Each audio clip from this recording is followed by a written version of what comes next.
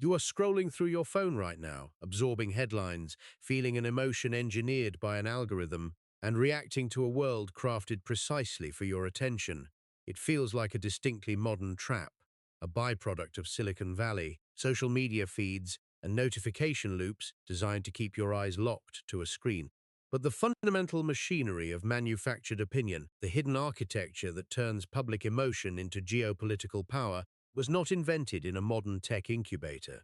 It was constructed over a century ago by a single man operating with steam-powered printing presses, endless reserves of inherited gold, and an unquenchable thirst for total domination over the American mind. His name was William Randolph Hearst, and long before the phrase fake news became a ubiquitous political weapon, he proved a terrifying truth. Whoever controls the narrative controls the nation. Before Hearst built his empire, news in 19th century America was slow, fragmented, and largely localized. Editors printed partisan pamphlets, modest town chronicles, or dense, dry commercial gazettes meant for merchants and politicians. Information moved at the speed of a post rider or a steamship, and while it was often biased, no single human being possessed the technical capacity or the ruthless imagination to dictate what millions of citizens across an entire continent thought, feared, or believed when they woke up every morning. Public opinion was a sprawling, chaotic mosaic that no central authority could truly manipulate at scale. Then came a chaotic vacuum created by rapid industrialization, exploding urban populations, and millions of new immigrants desperate to make sense of a rapidly changing country. The old institutions were failing to reach them. The traditional press was too elitist, too dry, and far too slow to satisfy a public hungry for sensationalism, drama, and simple enemies. So how did a republic founded on democratic debate and constitutional checks allow its collective reality to be captured by a single private media tycoon? How did one man build an enterprise capable of overriding the White House, forcing a reluctant president into a bloody foreign conflict and seizing an overseas empire? The answer is not a story about journalism. It is a story about the raw leverage of absolute media control. While later propaganda pioneers relied heavily on subtle psychological framing, Hearst understood a far simpler and more brutal mechanism: sheer volume, direct fabrication, and total control over what the public was allowed to see. To understand how this invisible cage was constructed around public perception, and how a private citizen manufactured a war to line his own pockets, we have to go back to the moment the old rules of truth completely collapsed. By the middle of the 1890s, a quiet island 90 miles off the coast of Florida became the ignition point for a structural breakdown in American democracy. Cuba was locked in a brutal war of independence against its Spanish colonial masters. On the ground, the reality was a grim, agonizing guerrilla conflict defined by disease, military stalemate, and severe human suffering. But 3,000 miles away, in the roaring, ink-stained newsrooms of Manhattan, that distant struggle was transformed into something far more dangerous. It became the ultimate fuel for a ruthless, unregulated commercial war between media titans who realized that fear, outrage, and blood could be converted directly into raw political leverage and astronomical wealth. Two men dominated this landscape, locked in a ferocious battle for the eyes and pennies of the American public. In one corner stood Joseph Pulitzer, the publisher of the New York World, a man who had pioneered sensationalized human interest stories to build the most profitable paper in the nation. Remember the name Joseph Pulitzer because while history would eventually associate his legacy with the highest prize in journalistic integrity, in the late 1890s he was engaged in a desperate, bare-knuckle struggle for market survival that rendered objective reality an unnecessary liability. In the other corner stood William Randolph Hearst, a 32-year-old millionaire who had purchased the struggling New York Journal in 1895 with a single objective: to utterly destroy Pulitzer and build an unbeatable monopoly over the nation's information grid. The structural flaw in the 19th century press was dangerously simple. There were no regulatory bodies, no codes of professional ethics, no independent fact-checkers, and no alternative broadcast networks to verify what printed pages claimed. The financial engine of a daily newspaper relied entirely on single-copy street sales driven by screeching front-page headlines. Truth was expensive, slow, and often boring. Fabrication was cheap, instantaneous, and wildly profitable. To capture the market, Hearst systematically cut the price of his paper to a single penny, hired away Pulitzer's top editors and illustrators with lavish salaries, and turned the Cuban rebellion into a daily theatrical melodrama. When genuine news from the front lines failed to arrive quickly enough to satisfy the roaring steam presses, Hearst's newsroom simply manufactured it. His writers reported vivid, entirely fictional accounts of Spanish soldiers routinely stripping and searching aristocratic Cuban women on American ships. They printed fabricated stories of Spanish officers feeding Cuban prisoners to sharks, poisoning municipal wells, and bayoneting infants in nursery beds. The human cost of this narrative campaign was catastrophic. As public outrage burned across American cities, the daily circulation of Hearst's New York Journal exploded from a modest baseline of roughly 77,000 copies to an unprecedented high of well over 1 million copies per day. The breaking point came on the dark evening of February 15, 1898. The American battleship USS Maine was quietly anchored in Havana Harbor on an official peaceful observation mission. At 9:35 in the evening, a sudden blinding explosion tore through the forward hull of the warship, sending thousands of tons of steel into the night sky and instantly killing 266 American sailors. The cause of the blast was entirely unknown. The Spanish authorities immediately offered assistance, expressed deep condolences, and urged a joint scientific investigation to determine whether the disaster was caused by an external naval mine or an internal technical failure.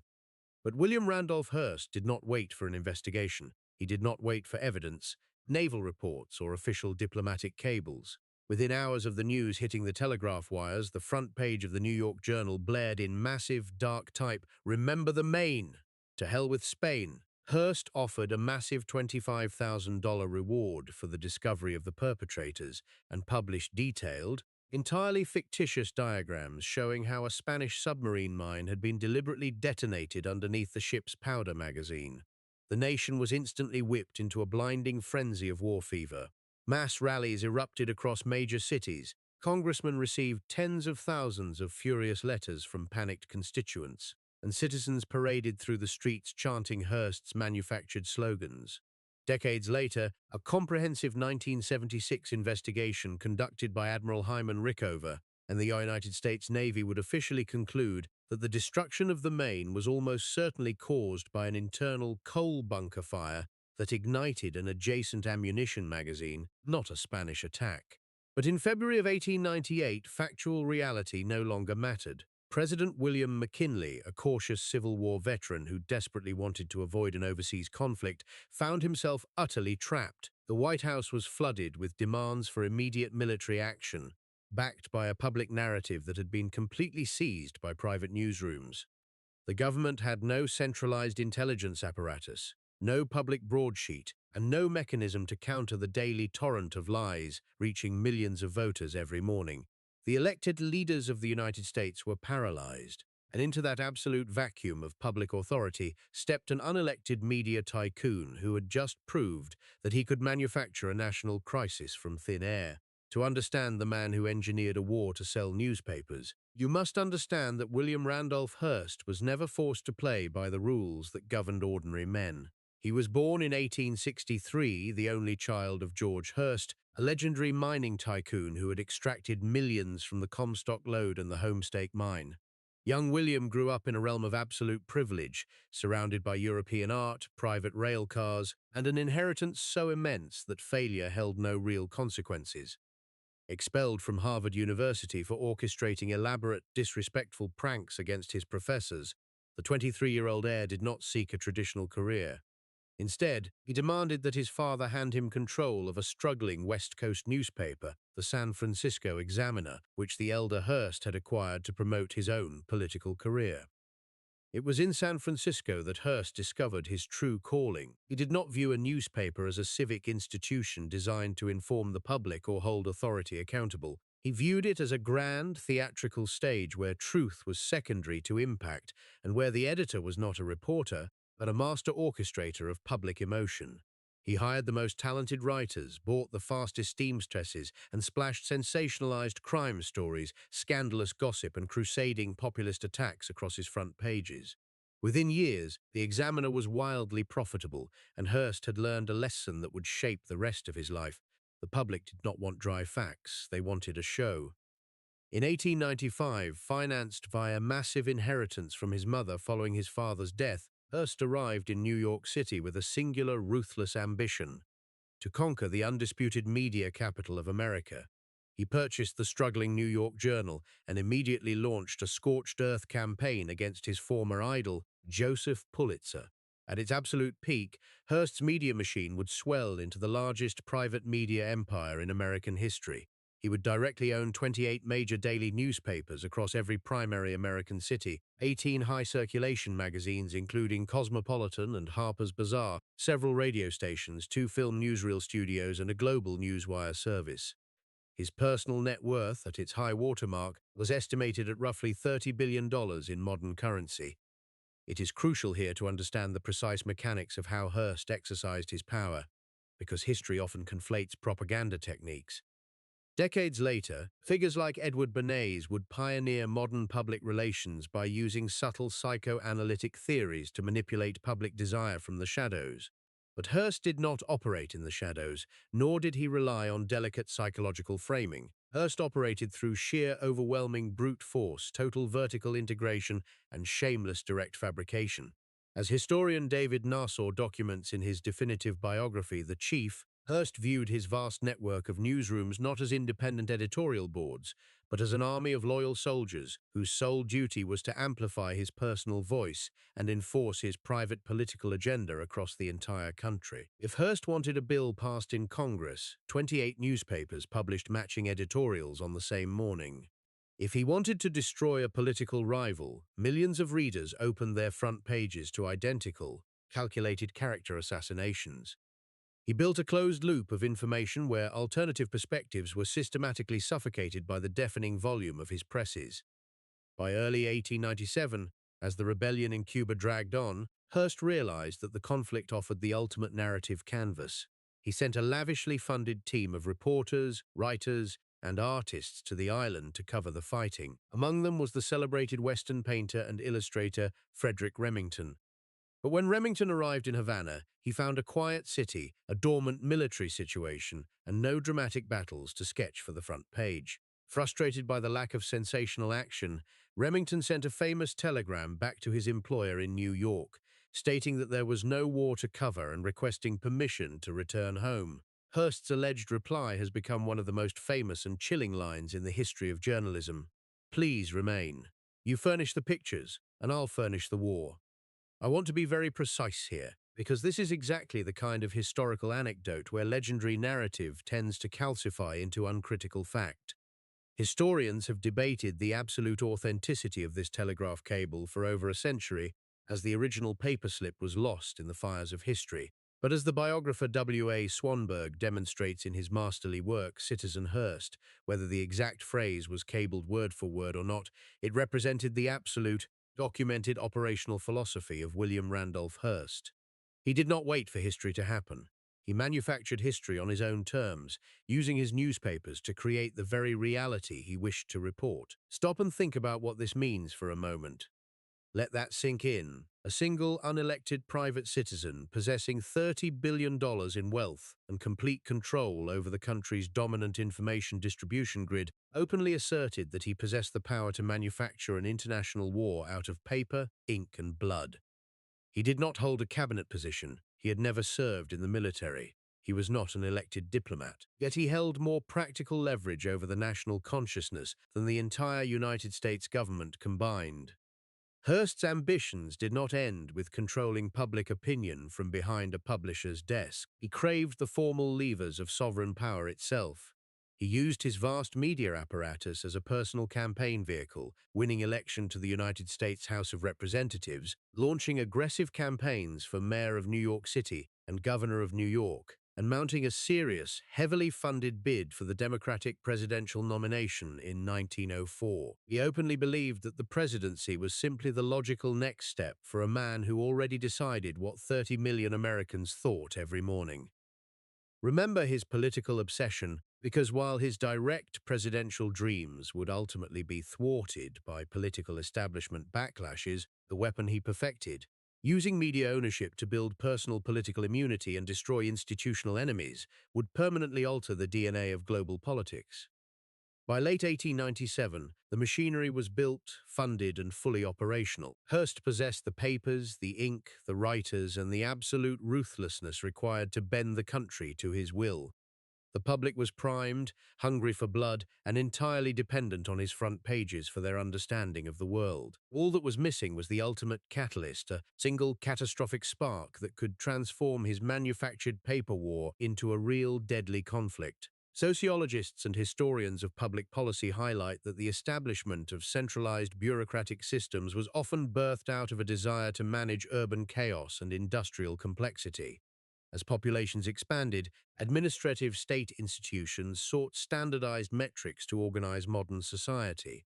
While these mechanisms inevitably created oppressive tools of social control and inequality, their original architects frequently defended them as essential advancements in administrative efficiency and public order. In the cold dawn following the destruction of the USS Maine, as 266 American families received telegrams that their sons were dead at the bottom of Havana Harbor, the official diplomatic apparatus in Washington urged caution. President McKinley wanted an official naval inquiry. The Navy needed weeks to inspect the wreckage, but inside the press rooms of the New York Journal, William Randolph Hearst was not waiting for facts. Within 48 hours, his paper ran elaborate, full-page technical diagrams showing exactly how a Spanish torpedo cable had been surreptitiously routed from a shore battery across the sea floor and directly into the hull of the battle cruiser. It was a masterpiece of mechanical detail, complete with cutaway illustrations of naval mines, electrical detonators, and tragic sailors caught in the blast wave. There was only one problem. The entire diagram was completely invented. Here is the detail that quietly breaks the official story in half. No diver had touched the wreckage. No naval officer had submitted a report. No intelligence officer had recovered a cable or identified a single Spanish operative. Hearst's team of artists and rewrite men had drawn the diagrams out of thin air in a room filled with cigar smoke in Midtown Manhattan. But to the hundreds of thousands of Americans reading the journal on their morning commutes, it was presented not as speculation but as verified technical truth. When genuine naval experts attempted to speak out, pointing out that an external underwater blast would have bent the ship's keel inward rather than blowing the hull outward, Hearst simply buried their quotes on page 14 or branded the experts as soft-headed traitors in the pay of Madrid. Now here is where the story takes its sharpest turn. But here is the catch. Hearst's campaign was so wildly successful that it trapped his fiercest competitor in an existential vice. Joseph Pulitzer, the owner of the New York World, had spent decades building his paper on a foundation of reform-minded crusades and human interest stories. Pulitzer personally detested Hearst's reckless sensationalism and initially tried to preach calm, urging his readers to await the official Naval Board's report. But as Hearst's circulation surged past 800,000, then 900,000, then cracked 1 million copies per day, Pulitzer watched his own readership evaporate overnight. The financial reality of the 19th century newspaper war was uncompromising. If you told the quiet truth while your rival sold a thrilling lie, you went bankrupt. Faced with total financial ruin, Pulitzer broke. He surrendered his principles and ordered his editors to out-sensationalize Hearst. What followed was a terrifying arms race of journalistic fabrication. If Hearst reported a Spanish concentration camp with 10,000 dead, Pulitzer reported 20,000.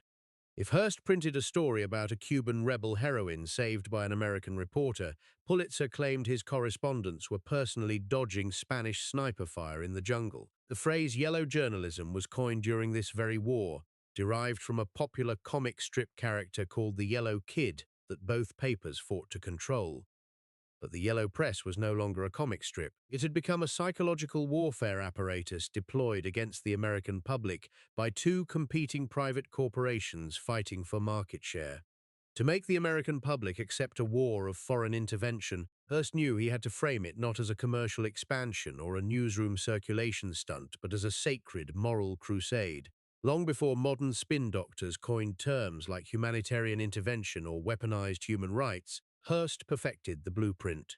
Every day, his papers presented the conflict as a simple black-and-white melodrama, innocent light-skinned Cuban maidens and pious farmers being systematically tortured by dark, bloodthirsty Spanish monsters. He organized mass petitions, funded public rallies in New York's Madison Square Park, and persuaded religious leaders to declare from their pulpits that standing idly by while Spain held Cuba was a mortal sin before God. Stop and look at the shape of this thing for a moment. Notice how the timeline completely destroys the convenient historical myth that America was drawn into war by a spontaneous groundswell of national honor. The USS Maine exploded on February 15, 1898. For 2 solid months, President William McKinley fought a desperate, lonely rearguard action to maintain peace. McKinley was a veteran of the Civil War who had seen the bloody carnage of Antietam with his own eyes, and he privately told friends that he revolted against the idea of dragging young men into a tropical war. He initiated intense diplomatic negotiations with Madrid. The Spanish government, terrified of fighting the United States, conceded to nearly every single American demand, agreeing to suspend hostilities in Cuba and offer the island substantial autonomy. In any functioning constitutional democracy, those diplomatic concessions would have ended the crisis. But William Randolph Hearst was not interested in diplomatic concessions. Diplomatic concessions did not sell extra editions. Peace did not keep the steam presses roaring 24 hours a day. When McKinley attempted to brief Congress on the Spanish concessions, Hearst launched a personal, relentless character assassination campaign against the chief executive. The Journal painted McKinley as a weak-willed coward, printing cartoons that depicted the president wearing women's skirts or sitting helplessly while Spanish soldiers murdered children. Hearst's editorial board openly posed a terrifying question to its readers. Is William McKinley an American president or a Spanish agent? The political pressure became unbearable. Members of Congress, terrified that Hearst's newspapers in their home districts would brand them as unpatriotic or soft on tyranny in the upcoming elections, turned on the White House. Congressmen stormed the Oval Office, warning McKinley that if he did not submit a declaration of war to Capitol Hill, Congress would declare war without him and override his veto. On April 11, 1898, a broken, physically exhausted President McKinley surrendered. He sent a message to Congress requesting authority to use armed force in Cuba. On April 25th, Congress officially declared war against the Kingdom of Spain, backdating the formal start of the conflict to April 21. As historian David Nassau documents in his definitive study, The Chief, this was an unprecedented structural shift in American power. For the first time in the history of the United States, a foreign war was forced upon a reluctant president and a cautious military apparatus, not by national security imperatives, not by foreign aggression, but by a manufactured storm of domestic public opinion generated by a private media cartel. The editor had become the commander-in-chief. The printing press had overridden the State Department. When war was declared, Hearst was beside himself with triumph. He did not simply report on the conflict from his office on Park Row. He rented a private fleet of steam yachts, equipped them with printing presses, dark rooms, and armed correspondents, and sailed directly to the combat zone in the Caribbean. Dressed in a custom-designed yachting uniform with a gold band on his cap, Hearst personally directed his photographers on the beaches of Cuba. In one famous incident off the coast of Santiago, Hearst's private yacht intercepted a small boat carrying wounded Spanish sailors. Hearst personally leaped into the shallow water, brandished a pistol, ordered the Spanish prisoners ashore, and claimed them as captives of the New York Journal. It was called a splendid little war by Secretary of State John Hay because it was over in just 113 days. Spain was crushed, its wooden and aging steel fleets destroyed in Manila Bay and Santiago. On the surface, the public believed they had achieved a glorious, selfless victory that liberated Cuba from European tyranny. But beneath the patriotic parades and confetti, the true nature of the prize was quietly secured behind closed doors in Paris, where American diplomats signed the peace treaty that ended the war. The system was in place. The public never saw the real machinery turn, and the country would never be the same again. This investigation connects directly to the broader architecture of control we unravel across secret state files, where isolated historical decisions aggregate into the modern system governing our daily lives. When the smoke cleared over Cuba and Manila Bay in late 1898, the brief, violent conflict left the United States holding an expansive overseas empire. Under the formal terms of the Treaty of Paris, Spain surrendered Puerto Rico, Guam, and the Philippines to the United States in exchange for $20 million. A constitutional republic founded explicitly on an anti-colonial rebellion had transformed overnight into an imperial conqueror. The American public was told they had fought a noble war of liberation to free suffering native populations from foreign tyranny, but the reality on the ground proved far darker as the true human cost of Hearst's manufactured crusade began to unfold thousands of miles away across the Pacific. In the Philippines, when local independence fighters realized that their American allies had no intention of granting them sovereignty, a brutal three-year war erupted. The statistics reveal the horrifying tally of a global conflict born inside Manhattan newsrooms.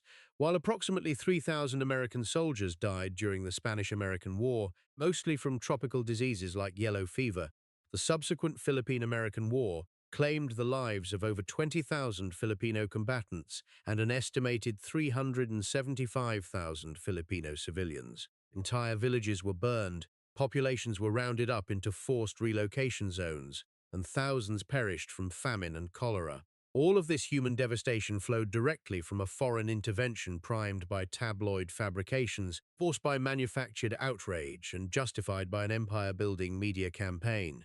It is worth establishing the precise line between documented historical record and ongoing academic debate. It is documented that William Randolph Hearst and Joseph Pulitzer engaged in systematic, deliberate fabrication to drive public emotion toward war. It is documented that the New York Journal published detailed technical cutaway diagrams of underwater naval mines before a single official diver had examined the submerged hull of the USS Maine, and it is documented by the United States Navy's comprehensive 1976 scientific investigation, led by Admiral Hyman Rickover, that the explosion was caused by an internal coal bunker fire igniting an ammunition magazine, not a Spanish attack. What remains debated among modern historians is whether President William McKinley might have eventually been drawn into the Cuban conflict due to long-term economic investments and regional security interests. But what is beyond dispute is that Hearst's press cartel stripped the executive branch of its deliberative authority, creating an artificial timeline that forced a nation into war